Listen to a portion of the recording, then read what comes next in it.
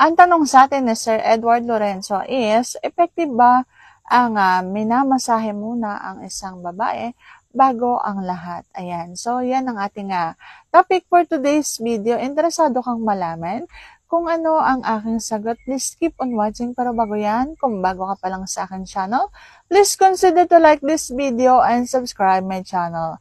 Ang masahe po is masarap sa pakiramdam bukod sa kung mahal mo ang nagmamasahe sa'yo.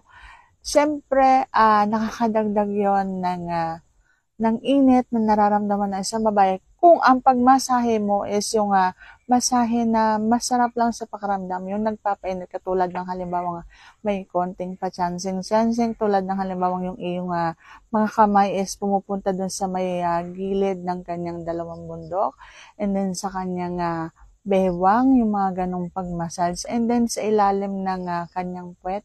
Alam niyo yung medyo aabutin niyo yung pwedeng maabot doon sa ilalim ng puwet, katulad kung halimbawa maabot ninyo yung kanyang bulaklak doon. So, mas maganda yon. Yung masahe na may kasamang paglalandi. Ayan. So, kung medyo lalandian niyo ang pagmamasahe niyo, syempre, mas effective yan, mas masarap yan na dating para sa isang babae, bukod sa mapipil niya yung unti-unting umaahong L sa kanyang katawan, yung bang makakaramdam siya ng L.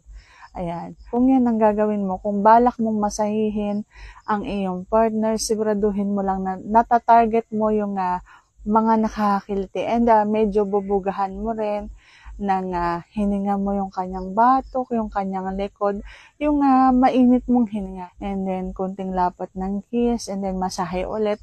Wag naman yung agad-agad pagka konting masahe mo lang ay direct to the point ka na naman, yung parang nagmamadali ka. Take your time. Ayan.